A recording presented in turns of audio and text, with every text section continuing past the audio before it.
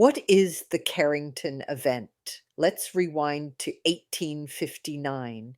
An English astronomer named Richard Carrington is just hanging out in his private observatory when he notices something weird happening on the sun. Big old sunspots. So he sketches them like a space weather hipster. Meanwhile, across town, okay, across the country, another guy, Richard Hodgson, sees the same thing.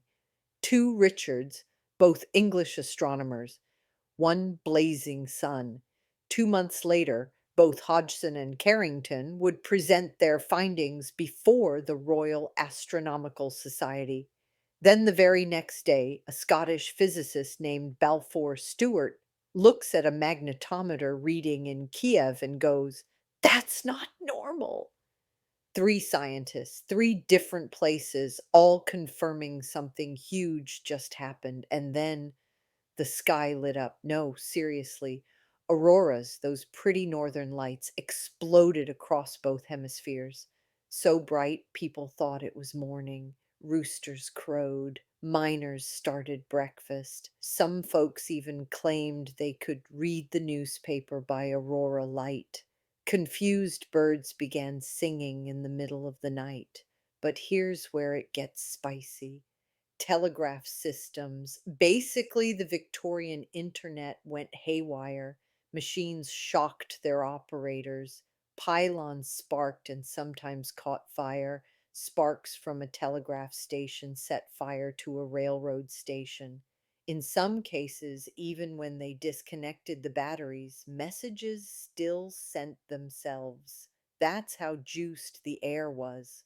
One line between Boston and Portland, Maine ran entirely on solar storm static.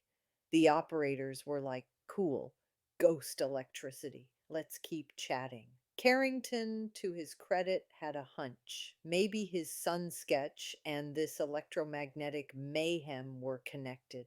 Scientists later backed him up. Today we call it the Carrington Event, the strongest solar storm we've ever recorded hitting Earth.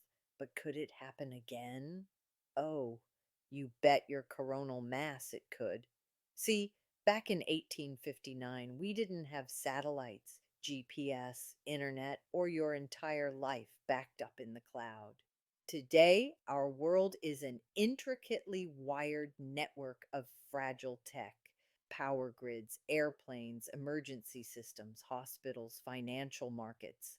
One well aimed solar belch could knock us into the digital dark ages. In 1989, a lesser storm knocked out Quebec's power grid in 90 seconds. Imagine what a full force Carrington 2.0 could do. Planes grounded, cities blacked out, communication lost, electrical fires, ATMs dead, hospitals scrambling, weather data gone, emergency services offline, government systems unplugged. FEMA says there are only two natural disasters that could take down the entire US. One is a pandemic, check. The other, a solar superstorm. The National Academy of Sciences predicts recovery from a massive one could take a decade and cost trillions. Healthcare, finance, travel, even the basic ability to respond to other disasters would be compromised. Is this really going to happen? Now, scientists don't think it's super likely. Odds for a repeat this century sit around 12%, but 12% is not zero. The Carrington event happened before the Civil War. It wasn't a fluke. It was just the sun reminding us who's boss. So, yeah, it might not be the apocalypse, but it could absolutely start one.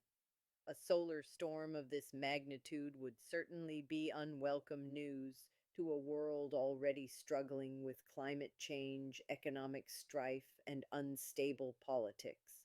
When I wrote my book, That Way You Feel Right Now, I was focused on climate change, oligarchs, and slow rolling societal collapse. I didn't give much thought to solar storms, but now I wonder. What happens when the sky lights up, the systems fail, and we're left fumbling in the glow of our own hubris. Find free chapter readings here on the channel and stick around for the next episode where we look at the weird ways the future's already broken. Because if the sun doesn't get us, something else probably will. Maybe our tipping point will come from climate change, wars, stagnation, or something else we haven't even thought of.